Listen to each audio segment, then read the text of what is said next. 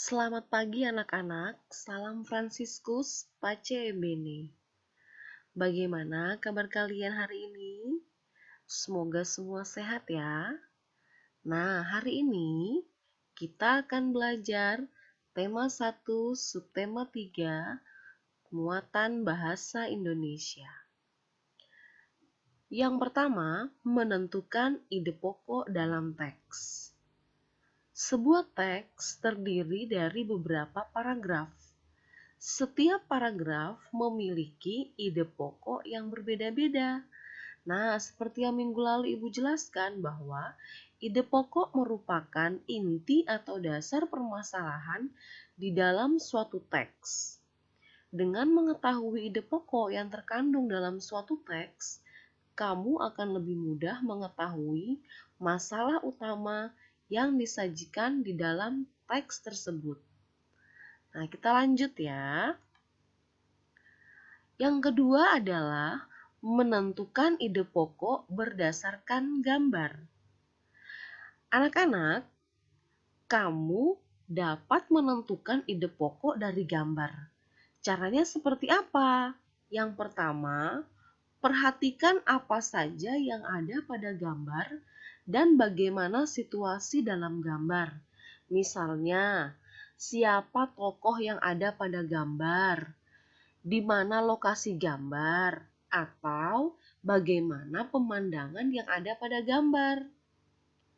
Yang kedua, kamu dapat menentukan ide pokok dari gambar berdasarkan objek-objek yang ada pada gambar tersebut. Nah, semoga kalian mengerti ya. Kita lanjut.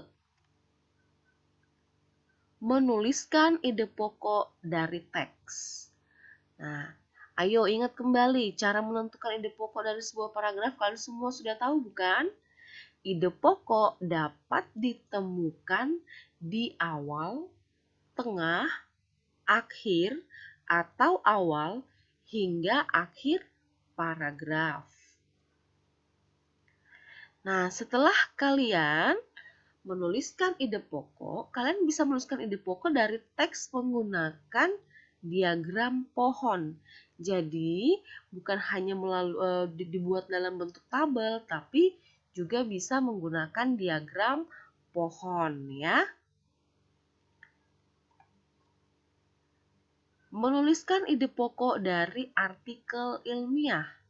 Nah, anak-anak, kamu dapat membuat ide pokok dari artikel ilmiah dengan menggunakan tabel atau diagram pohon. Membuat cerita pendek berdasarkan ide pokok. Nah, ini yang terakhir ya. Apa sih cerita pendek atau cerpen? Nah, cerita pendek atau cerpen merupakan cerita yang terdiri atas kurang lebih 10.000 kata. Ibu ulang ya. Cerita pendek atau cerpen merupakan cerita yang terdiri atas kurang lebih 10.000 kata. Nah, dalam sebuah cerita pendek biasanya terdapat seorang tokoh utama pada suatu keadaan tertentu. Sama seperti cerita lainnya, cerita pendek juga dapat dibuat berdasarkan peta pikiran. Ayo kalian ingat kembali langkah-langkah untuk membuat cerita berdasarkan ide pokok. Masih ingat ya? Yang pertama, menentukan topik cerita yang akan dibuat. Yang kedua, menentukan ide pokok dari cerita yang akan dibuat. Yang ketiga, membuat kalimat utama yang berisi ide pokok. Yang keempat, menuliskan informasi tambahan ke dalam beberapa kalimat untuk mendukung kalimat utama yang telah dibuat. Yang kelima, merangkai kalimat-kalimat tersebut hingga menjadi sebuah cerita pendek yang urut. Dan yang terakhir, jangan lupa memperhatikan ejaan dan pemilihan kata saat membuat dan merangkai kalimat menjadi cerita pendek.